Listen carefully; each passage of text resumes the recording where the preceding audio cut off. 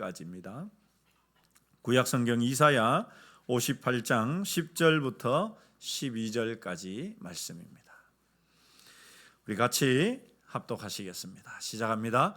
줄인 자에게 내 심정이 동하여 괴로워하는 자의 심정을 만족하게 하면 내 빛이 흑암 중에서 떠올라 내 어둠이 낮과 같이 될 것이며 여호와가 너를 항상 인도하여 메마른 곳에서도 내 영혼을 만족하게 하며 내 뼈를 견고하게 하리니 너는 물된 동산 같겠고 물이 끊어지지 아니하는 샘 같을 것이라. 내게서 날 자들이 오래 황폐된 곳들을 다시 세울 것이며 너는 역대에 파괴된 기초를 쌓으리니 너를 일컬어 무너진 데를 보수하는 자라 할 것이며 길을 수축하여 거할 곳이 되게 하는 자라 하리라. 아멘. 네, 여러분, 우리가 오전에는 이제 2026년 교회 표 가운데 은혜를 흐르게 하는 성도에 대해서 같이 나누었습니다. 우리 몸에도 혈액순환이 안 되면 온갖 병이 생기는 것처럼 여러분 2026년 한 해 정말 몸에 혈액순환이 잘 되어서 우리가 건강하게 사는 것이 우리의 소망 중에 하나 아니겠습니까? 마찬가지로 우리가 영적으로도 이 은혜가 선순환이 잘 되는 나 자신이 되도록 그렇게 기도하시고 같이 소망을 가져주시면 감사할 것 같습니다. 이제 여러분 우리가 좀 전에 읽었던 이 이사야 58장의 전반부를 보면 하나님은 이사야 선지자를 통해서 이스라엘 백성들의 신앙적인 위선을 지적하십니다. 그럼 이 신앙적인 위선, 예수님께서 신약 성경에서는 외식이라고 표현을 하시죠. 오늘날 여러분 우리가 가정에서 외식하는 거는 참 좋은 일 아닙니까? 그죠? 밖에 나가서 밥 먹는 거, 우리 어머니들, 아내들, 며느리들 식사 준비 안 해도 되고 가서 한 끼 먹으면 되니까 외식하는 건 좋은 건데 여러분 성경에서의 이 외식은 그런 외식이 아니잖아요. 거칠해. 속은 안 그런데 겉으로는 그런 척하는 거. 이 외식. 이스라엘 백성들이 여러분 이 이사야 58장을 보면 이스라엘 백성들의 외식에 대해서 하나님이 말씀하시고 지적하시거든요. 내면의 진실된 모습의 변화나 그것으로 인한 금식을 하는 것이 아니고요. 여러분 금식이 참 여러분 쉽지 않지 않습니까? 그죠? 아마 금식들을 하루나 한 끼 최소한 며칠 혹은 일주일 열흘씩도 금식을 해보신 분들이 있으실 텐데 그럼 금식하는 게 쉽지 않지 않습니까? 그런데 이스라엘 백성들은 그런 금식을 그 어려운 금식을 정말 내가 간절한 어떤 기도 제목이 있어서 아니면 하나님 앞에서 나 자신을 낮추고 나의 신앙을 진실된 신앙을 회복하기 위해서 금식을 하는 것이 아니라 보이기 위해서 이들의 이 금식 여러분 가식적인 이 금식이 금방 드러납니다. 어떻게 드러나느냐? 금식은 하는데 밥은 굶고 물도 안 마시고 금식은 하는데 여러분 실제 삶에서는 어떻게 했느냐? 이렇게 합니다. 같이 한번 읽어보시죠. 시작합니다. 보라 너희가 금식하면서 뭐하며? 논쟁하며 다투며 악한 금식하면 몸에 힘도 없을 텐데 여러분 주먹 다짐을 벌여가지고 그러니 하나님이 지금 말씀하시는 게 그거예요.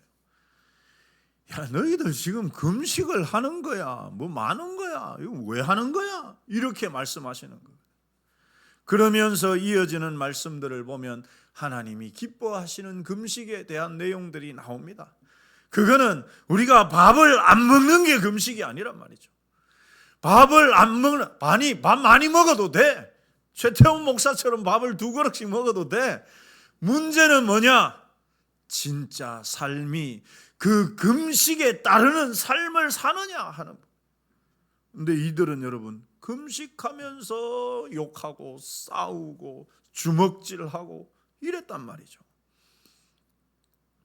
그들은 은혜를 누리면서 부자들은 부를 누렸지만 연약한 자들, 가난한 자들은 돌보지 않았습니다. 오히려 그들을 짓누르고 빼앗고 탈취하고, 그러면서도 그들은 금식하면서 하나님 앞에 거룩한 모습으로 그렇게. 그러니 여러분, 하나님이 어떻게 그런 금식을 받으시겠습니까? 하나님은 이런 막힌 종교, 꽉 막힌 교회를 전혀 기뻐하시지 않는다. 참된 은혜는 성전 안에 갇혀 있는 것이 아니라 성전 문턱을 넘어서서 그것이 밖으로 흘러나가는 것입니다. 여러분, 우리 교회가 은혜가 가득한 교회가 되면 그게 너무너무 감사하고 좋은 일이죠. 그런데 거기에서만 멈추면 안 된다는 것이죠. 왜 그러냐 여러분, 우리가 오전에도 나눴지 않습니까? 한 개인도 내가 나에게서 은혜가 정체되면 그 정체되는 원인이 뭐라고 했습니까? 영적인 콜레스테롤, 영적인 그 은혜의 흐름을 막는 뚝, 그런 교만과 악한 것들이 나에게, 나는 은혜는 받았어, 은혜는 받았는데 그걸 흘려내보내려니까 그 콜레스테롤에 막혀가지고 이걸 내보내지를 못하게 돼요. 그러니까 여러분, 혈액순환이 안 되면, 고혈압이 있고 이런 분들 막 스트레스 받으면 어떻게 됩니까? 뭐가 땡긴다 그럽니까? 뒷골이 땡기는 경험 한번 해보셨습니까? 여기에서 막 열이 나고 막 꼬리 땡기 뻣뻣하게 굳어지고, 그러다가 어떻게 됩니까? 넘어가요. 사람 넘어갑니다. 개인도 은혜가 정체되면 이 영적인 상황도 마찬가지입니다. 바리새인들이 왜 바리새인이 되겠습니까? 그들이 하나님으로부터 받은 것이 얼마나 많아요. 성경적인 온갖 지식들 얼마나 많이 받았겠습니까? 그런 성경들을 통해서 그들이 은혜를 안 받았겠습니까? 와, 이 말씀이 이런 말씀이었구나, 그런 깨달음을 받으면서 은혜를 얼마나 받지 않았겠습니까? 그런데 문제가 뭡니까? 내보내지를 못하는 거야. 내보내지를 못하는 거야. 왜 못 내보냅니까? 영적인 그 콜레스테롤이 꽉 차가지고, 교만 덩어리가 꽉 차가지고, 사람들에게 그렇게 율법을 안 지키면 안 된다고 은혜가 나갈 길이 없어. 그러니 여러분, 그들은 바리새인이 된 것입니다. 교회도 마찬가지예요. 교회도 여러분, 하나님으로부터 받는 은혜가 있으면 그것을 어떻게 해라? 여러분, 어떻게 해라? 흘려보내라. 교회도 흘려보내. 그런 의미에서 우리 오후 식사도 하시고 이러니까 좀 이렇게 잠도 오고 그렇지 않습니까? 우리 그런 의미에서 교회표 힘차게 한번 옆 사람 잠 벌떡 깨라고 같이 한번 은혜를 다시 네. 은혜를 할렐루야. 네, 2026년 한 해 동안 여러분 잘 기억하시면서 나 자신도 우리 교회도 이렇게 만들어가면 좋을 것 같습니다. 먼저 여러분, 은혜를 흘려보내는 교회가 되기 위해서 무엇이 있어야 하느냐? 우리 오늘 본문 10절 같이 한번 읽어보시죠. 시작합니다. 줄인 자에게 내 심정이 동하여 괴로워하는 자의 심정을 만족하게 하면. 어려운 말씀은 없죠. 읽으면 그 내용이 이해가 되지 않습니까? 줄인 자가 어떤 사람입니까 여러분? 먹지 못해서 배고파하는 사람들, 그런 자에게 뭐라고 이야기합니까? 내 심정을 동한다는 말이 여러분 무슨 말일까? 동한다는 말이 그의 상황과 처지와 형편을 어떻게 한다는 말입니까? 이해할 뿐만 아니라 이해만 하면 안 돼요. 공감을 해주는 거예요. 공감을 해주는 거예요. 그런데 여러분 여기에 이 히브리어 원어를 보면 참 이 히브리어는 그런 어떤 그 의미를 알면 참 은혜가 되는 부분들이 많이 있거든요. 여기에 내 심정을 동하여라는 말이 무슨 말이냐 하면 너의 영혼을 쏟아부어라 이런 말이에요. 여러분. 너의 영혼을 쏟아부어라. 그러니 여러분 이 심정이 동하여라는 이 말에는 그냥 아이고 저 사람 얼마나 불쌍하노 이래가지고 이리 오세요. 저 가서 국밥이라도 한 잔 사 먹어서 이것도 여러분 대단한 거죠. 예, 그렇게 돈 10,000원 이렇게 쥐어주는 것도 대단한 겁니다. 그런데 그것이 우선될 것이 아니라 심정이 동해야 된다. 심정이 동한다는 말은 영혼이 그에게 쏟아부어지는, 그래서 그의 처지와 형편을 정말 깊이 공감해 주는 것, 그런 의미가 담겨 있습니다. 여러분, 그러니까 이 말씀은 단순히 나에게 여유 있는 물질을 조금 떼어주는 것이 아니라 나의 온 마음을 쏟아붓는 헌신이 필요하다는 것이죠. 여러분 왜 그래야 할까요? 단순히 물질이나 음식만을 제공하는 것으로는 교회에 물질을 흘려보낼 수는 있습니다. 우리가 어느 곳에 물질을 이렇게 뭐 매월 10만 원이면 10만 원, 5만 원이면 5만 원, 20만 원이면 20만 원, 그 돈을 우리 교회의 재정에서 얼마를 보내는 것은 보낼 수 있어요. 그런데 중요한 것은 그렇게 교회의 물질은 흘러갈 수 있을지는 모르지만 중요한 것은 은혜는 흘러가지 않는다는 것입니다.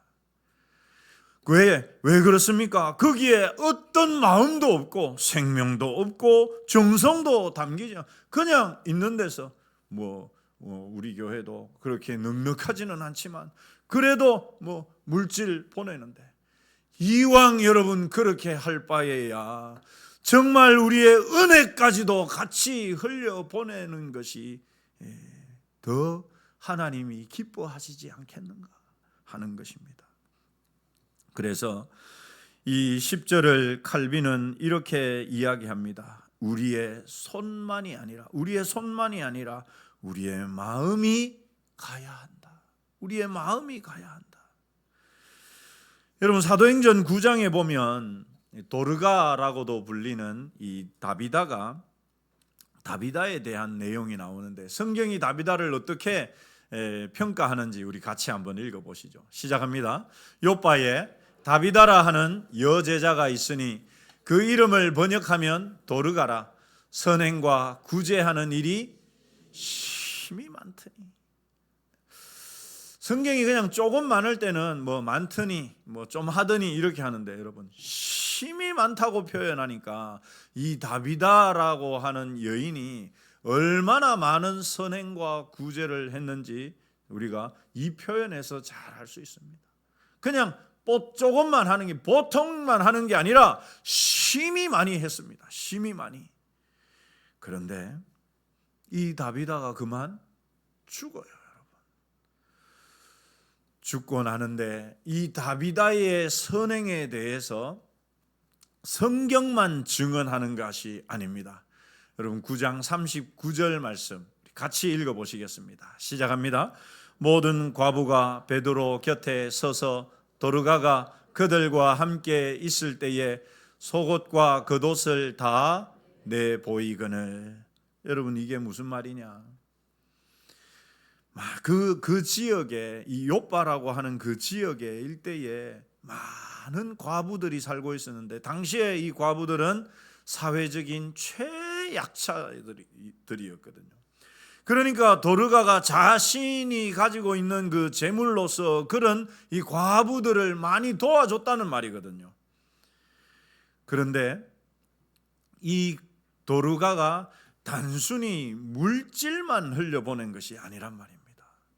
여기에 보면 이 도르가는 그녀들을 위해서, 그 과부들을 위해서 직접 손으로 지은 그들을 위한 속옷과 겉옷을, 이 도르가가 이미 죽었어요. 죽었는데 그때 베드로가 왔기 때문에 베드로에게 이 도르가가 얼마나 우리를 위해 줬는지 자기들이 입고 있던 그 도르가가 손수 지어준 속옷과 겉옷을 다 보여줬단 말입니다. 베드로에게. 그렇다는 말은 이 도르가는 단순하게 물질만 흘려보내는 것이 아니라 그녀의 마음을 그들에게 흘려보냈던 것이에요. 그러니 여러분, 어떤 일이 일어나느냐? 이 앞부분을 우리 노란 글씨만 같이 읽어보시죠. 시작합니다.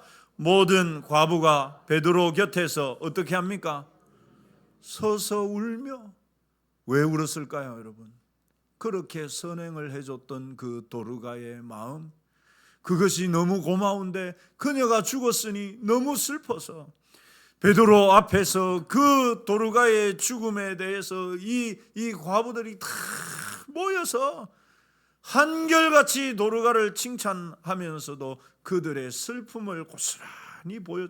얼마나 이 도르가가, 여러분, 단순하게 물질만 줘가지고는 이런 일이 일어나지 않지 않습니까? 도르가가 얼마나 참 그녀의 마음을 그들에게 흘려보냈는지를 잘 알 수 있는 내용이거든요. 그러니 과부들이 다 한결같이 거기에서 펑펑 울면서 베드로에게 이런 이야기들을 한 것입니다. 결과적으로 여러분 어떻게 됩니까? 베드로를 통해서 다시 그 죽은 도르가가 다시 살아나요. 여러분, 이 도르가를 살린 것이 무엇일까요? 베드로의 능력일까요, 여러분? 물론 그것도 아니라고 할 수는 없겠죠. 여러분, 도르가를 살린 것이 무엇일까요? 도르가를 살린 것이 무엇일까요? 이 과부들의 눈물, 그것도 맞아요. 그런데 과부들을 울게 한 것이 뭡니까? 도르가의 마음이 흘러간 그 선행이죠. 그러니 여러분, 결국 도르가를 살린 것은 누구입니까? 도르가 자신이 되는 거예요. 이게 여러분, 하나님 나라의 은혜의 원리예요. 내가 은혜를 베푼 것이 결국은 돌고 돌아서 누구에게로 온다? 나에게로 온다. 교회가 여러분 은혜를 베풀면 그 교회는 망할 것 같잖아요. 막 물질을 나눠주고 막 오만 대 다 도와주고 막 이러면 그 교회는 재정이 모자라고 파탄이 나야 되지 않겠습니까? 그런데 여러분, 그렇게 흘려보낸 은혜들이 결국은 어디로 온다? 다시 그 교회로 돌아온다. 이것이 하나님 나라의 원리입니다. 여러분, 초대교회 당시 성도들은 참 이런 면에서 우리에게 좋은 본보기가 되었습니다. 4세기의 로마 황제였던 줄리안은 기독교를 박해하려고 했었습니다. 그런데 기독교인들의 이 섬김에 감동을 받아요. 그래서 이 로마 황제 줄리안이 뭐라고 했느냐? 이렇게 말합니다. 이 무신론자들은 기독교인들을 말해요. 당시에 이제 그의 아버지에 의해서 기독교가 공인은 되어 있었는데 이 줄리안은 다시 기독교를 박해하려고 했었습니다. 이 무신론자들은 자기네 가난한 자들뿐 아니라 우리의 가난한 자들까지도 돌본다. 로마 황제가 했던 이야기입니다. 여러분, 무슨 말이냐? 당시에 큰 흉년이 들었었습니다. 그런데 교회가 어떻게 했느냐? 자기들 먹을 것을 아껴가지고 그걸 교회에 오는 교회 성도들끼리도 나눴지만 그 나머지 일정한 부분들은 그 주변에 가난한 사람, 교회 안 다녀도 가난한 사람들에게도 막 나눠줬는데, 이것이 교회들마다 그런 일들이 일어나니까 이게 황제의 귀에까지 들어갔던 거예요. 그래서 여러분, 이 줄리안 황제가 이 무신론자들은 자기들 가난한 자들 뿐만이 아니라 우리의 가난한 자들까지도 돌본다라고 할 정도로, 이것이 바로 심정을 쏟아붓는 은혜의 실제이죠. 사랑하는 성도 여러분, 우리 주보를 보면 우리가 협력하고 돕는 우리 교회 선교사님들이 또 교회들이 많이 있습니다. 우리가 교회가 후원하는 선교지 및 교회 강씨앗, 하다비, 이대규, 남창수, 한경현, 이향기, 권능희, 이동선, 고온유. 여러분, 어떤 분들은 좀 오래되신 분들도 있고 최근에 협력해서 우리가 돕는 분들도 계신데 혹시 이분들에 대해서 알고 계십니까? 어느 나라에 가 계신지는 알고 계십니까? 어떤 상황 속에서 선교하고 계신지 혹시 관심을 좀 가지고 계십니까? 가덕 목양교회, 화성지팡이교회, 제자들교회, 빛과 사랑의 교회, YWCA 대구 지부, 하늘꿈 어린이집, 어디에 있는지, 어떤 교회인지, 어떤 상황인지, 목사님이 그 교회 사모님이 어떤 상황에 있는지 여러분들 혹시 아십니까? 물론 저도 모르는 곳이 많아요. 왜냐하면 뭐 소식지를 받거나 할 수 있는 데가 없기 때문에. 한 번씩 여러분 작년에 주보의 앞면에 땅끝에서 온 편지라고 해서 선교사님들 소식을 보내오시는 분들에 한해서는 그 소식을 요약하고 그분들의 기도 제목을 올려놓고 이렇게 했었습니다. 얼마나 많은 우리 교회 성도님들이 그 내용을 읽으시면서 개인적으로 또 공적으로 기도하실 때 기도하시는지는 모르겠습니다만은, 여러분, 우리가 후원한다고 이렇게 주보에는 적혀 있는데 죄송하지만 그것은 후원하는 게 아니에요. 그냥 정말 죄송한 말씀이지만 우리가 어디 가난한 사람들에게 돈 몇 푼 적선하는 거랑 뭐가 다르겠습니까, 여러분? 뭐가 다르겠습니까? 이분들에 대한 관심을 갖고 내 기도를 담을 때 내가 비록 선교 헌금을 5,000원이든 10,000원이든 못한다 하더라도, 그렇더라도 이분들을 위한 그 기도와 그 마음이 그렇게 그분들에게 흘러갈 때 그것이 정말 은혜를 흘려보내는 교회 아니겠습니까, 여러분? 사랑하는 성도 여러분, 올해는 그래서 제가 우리 게시판을 좀 바꿔가지고 저 바깥에 어디라도 우리 선교사님들 또 우리가 후원하는 교회들 이렇게 후원하시는 분들 통해 가지고 그 소식들을 좀 받아서 또 기도 제목도 받아 가지고 그렇게 계시를 좀 하려고 합니다. 우리가 그것을 관심을 두고 그것을 읽고 거기에 있는 기도 제목 가지고 한마디라도 기도해 줄 때 여러분, 우리는 은혜를 흘려보내는 교회가 되는 것입니다. 만약 그것이 없다면 단순히 돈을 그냥 주는 것 밖에는 되지 않는 것이죠. 그렇다면 여러분, 이렇게 은혜를 흘려보내는 교회에는 어떤 일이 일어나느냐? 어떤 일이 일어나느냐? 11절 하반절 같이 읽겠습니다. 너는 물된 동산 같겠고 물이 끊어지지 아니하는 샘 같을 것이라. 물된 동산 같다. 물된 동산. 여러분, 어릴 때 시골에서 농사를 좀 지어 보신 분들은 알 텐데 논에 물 대는 거예요. 논에 물, 전쟁이거든요. 물이 특히나 가물 때는 새벽에 막 3시, 4시 돼가지고 일어나서 가가지고 가보면 이웃집에서 자기 논으로 물을 이렇게 고기를 우리 집으로 내려가는 데를 막아놨거든. 그럼 그쪽으로만 그러면 어떻게 해요? 다시 고기 막고 우리 집으로 내려가도록 이렇게 열어놓고 물을 대줘야 돼요, 여러분. 물을 대. 안 그러면 벼 심어 모내기 해놓은 거 다 죽어버리거든. 말라 죽어버리거든. 그렇게 은혜를 흘려보내는 교회는 그 은혜가 바짝 말라가지고 아이고 우리는 먹을 것도 없고 우리는 쓸 것도 없네, 그렇게 되는 것이 아니라 어떻게 된다고요? 물된 동산같이 된다. 물을 하나님이 대주신 그 은혜가 끊이지 않고 대줘가지고 그 은혜가 더욱더 푹 잠기도록 만들어준다. 이것이 여러분 은혜를 흘려보내는 교회에 대한 하나님의 약속입니다. 또 어떻게 된다고 합니까? 물이 끊어지지 아니하는 샘같이 된다. 샘이 계속해서 솟아나잖아요, 여러분. 사람들이 가서 저희 마을에도 어릴 때 마을에도 마을 앞에 가면은 샘이 이렇게 밑에서 정말 샘이 이렇게 솟아나거든요. 그럼 밑으로 이렇게 흘러가도록 만들어 놨어요. 사람들이 전부 그때는 상수도 시절이 제가 북한에 살다가 온 거 아닙니다, 여러분. 70년대 저희 마을이 그랬습니다. 그러면 항아리나 이런 그 단지 물통 이런 거 가지고 가가지고 바가지로 그걸 이렇게 퍼가지고, 그런데 여러분 그렇게 퍼내면 이게 말라붙어야 되는데 계속해서 물이 솟아난단 말이죠.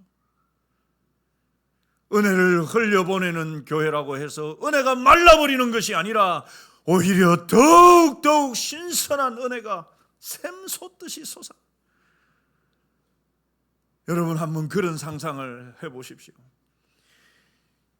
이 앞에서 은혜의 생수가 막 샘이 막 솟아나서 우리도 그걸 퍼서 와 시원하다 마시고, 이게 이쪽으로 가운데 통로를 쫙 들어가지고 저 문 밑으로 해서 흘러나가서, 이 우리가 또 마침 탑 동네 아닙니까 여러분? 높은 데 있잖아요.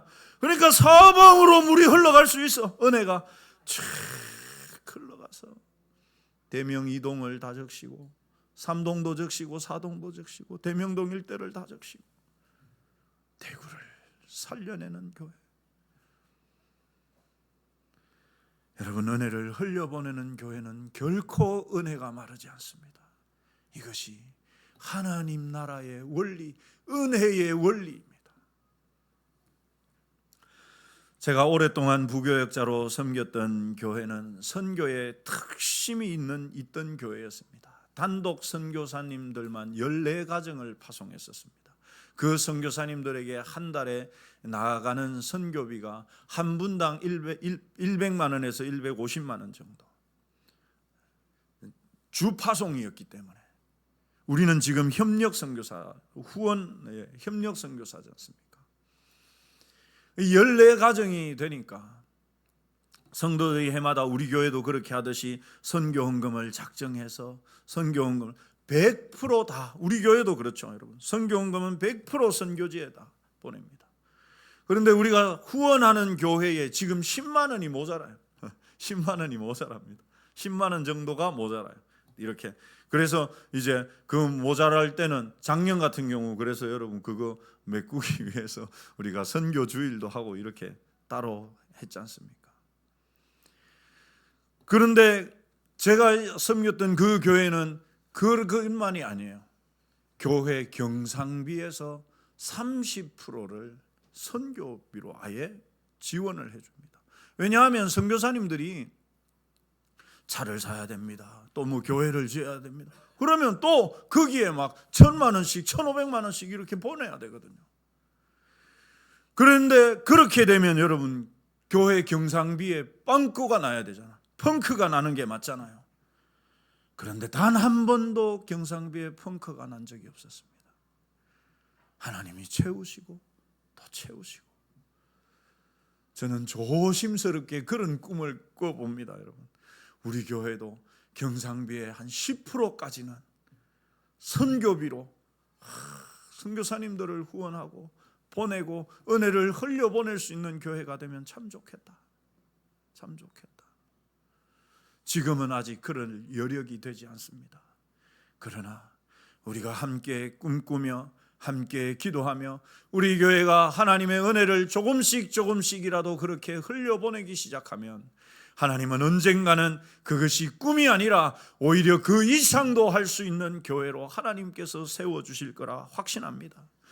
사랑하는 성도 여러분, 개인도 그렇지만 은혜를 흘려보내는 교회는 오히려 은혜가 넘칩니다. 이것이 하나님 나라의 원리입니다. 오히려 꽁꽁 싸매어두고 교회 재정은 쌓아두고, 그래서 여러분 교회 건물 막 으리으리하게 짓고 그렇게 하는 교회치고 여러분 은혜로운 교회 있습니까? 그런 교회 정말 은혜로운 교회이던가요? 아닙니다. 결국은 서로 분쟁하고 이런저런 사건에 휘말리고 그렇게 되어지거든요. 유명한 신약 신학자인 매튜 헨리는 이렇게 말했습니다. 남을 위로하는 자는 하나님의 위로를 받을 것이며 남을 풍성하게 하는 자는 하나님께서 더 풍성하게 만들어 주실 것이다. 또한 찰스 하진은 이 본문을 인용하면서 이렇게 말했습니다. 성령의 은혜는 사용될 때 증폭되며 타인을 복되게 하려는 의지가 강할수록 하나님의 공급하심도 정비례한다. 하나님의 공급하심도 그것처럼 우리가 누군가를 도와주려고 하고 누군가에게 선을 베풀려고 하고 은혜를 나누려고 할 때 그런 의지가 커지면 커질수록 하나님의 공급하심도 거기에 따라서 더 커진다. 이렇게 이야기했습니다. 이것이 여러분 우리가 믿는 은혜의 역동성. 남을 위해 든 등불이, 남을 위해서 들어주는 그 등불이 사실은 나 자신의 길을 밝혀주는 법입니다. 교회가 세상을 향해 은혜의 등불을 들면 하나님은 그 교회의 내면을 물된 동산처럼 가장 먼저 채워주신다. 그렇게 은혜를 흘려보내는 교회에 하나님은 먼저 은혜를 채워주신다. 은혜를 흘려보내지 않는 교회에는 그렇게 은혜를 흘려보내는 교회에 채워주고 남는 부스러기가 있으면 채워준다. 이게 여러분 하나님 나라의 원리입니다. 그러면 은혜를 흘려보내는 교회의 사명이 뭐냐? 12절 우리 같이 읽겠습니다. 시작합니다. 내게서 날 자들이 오래 황폐된 곳들을 다시 세울 것이며 너를 일컬어 무너진 데를 보수하는 자라 할 것이며 길을 수축하여 거할 곳이 되게 하는 자라 하리라. 아멘. 무너진 데를 보수하는 자. 저건 여러분 고대의 전쟁을 할 때 적군들이 막 성을 점령하기 위해서 적군들이 막 공격을 하다 보면 성 중간중간에 성벽이 막 파괴되지 않습니까? 거기에 그 무너진 그것들을 다시 이렇게 벽돌이나 돌이나 흙으로 이렇게 메꾸는 거, 그걸 이야기하는 것이거든요. 교회는 죄와 고통으로 인해 사회 곳곳에 생긴 틈을 하나님 은혜로 메우는 성벽 수리공으로 부름을 받았다는 사실입니다. 교회 안에 있는 성도들끼리 너희끼리 잘 먹고 잘 살라고 하나님이 불러놓으신 거 아니고 그렇게 은혜를 흘려보내야 할 때가 있고 그렇게 은혜를 흘려보내라고 하나님께서 교회를 세우신 것이다. 여러분 우리 예수님이 얼마나 가장 좋은 모범을 보여주셨죠. 예수님은 자기 하늘 영광의 보좌에다가 은혜를 쌓아놓고 계시지 않았습니다. 우리 예수님은 자기 하늘 영광의 보좌에다가 은혜를 쌓아놓고 있지 않으셨어요. 왜요? 인간의 깨어진 틈, 죄로 인해 하나님과 우리 사이가 벌어진 그 틈을 우리 주님이 메꾸시기 위해서 당신의 몸을 십자가에 들이셨죠. 그렇게 예수님이 하나님과 우리 사이에 벌어진 그 틈을 메꾸어 주셔서 저와 여러분이 물된 동산 같은 하나님의 은혜를 누리는 자들이 된 것입니다. 사랑하는 성도 여러분, 2026년 현재 우리 사회에는 수많은 무너진 곳들이 있습니다. 파괴된 가정들, 소외된 청소년, 청년들, 영적인 허무에 빠져있는 이웃들이 그 무너진 성벽들이죠. 그 모든 곳에 우리 교회가 다 할 수는 없습니다. 그러나 작은 것부터 가장 먼저 저는 우리 교회 주보에 적혀있는 이 선교사님들과 우리가 협력하는 교회들의 우리의 은혜를 정말 하나님이 우리 교회에 주신 그 은혜를 흘려보내기를 소망합니다. 사랑하는 성도 여러분, 교회는 은혜를 축적하는 저수지가 아니라 은혜를 흘려보내는 강물이 되어야 합니다. 고여있는 물은 썩지만 흐르는 물은 자기도 살고 닿는 곳마다 생명을 살리는 역사를 일으키죠. 우리가 그렇게 우리의 심정을 쏟아부을 때 하나님은 우리 남일교회가 세상을 메우고 살리는 물된 동산으로 삼으실 것입니다. 우리를 통해서 하나님의 은혜가 흘러가서 무너진 곳들이 다시 세워지고 황폐한 영혼들이 살아나는 역사가 있기를 축원합니다. 2026년 한 해 우리 교회가 무너진 데를 보수하는 교회 되기를 소망합니다. 그렇게 하나님의 은혜를 흘려보내는 교회, 하나님이 기뻐하시는 교회, 우리 좌우로 한번 축복하시면서 인사하십시다. 그런 교회 같이 만드십시다. 할렐루야.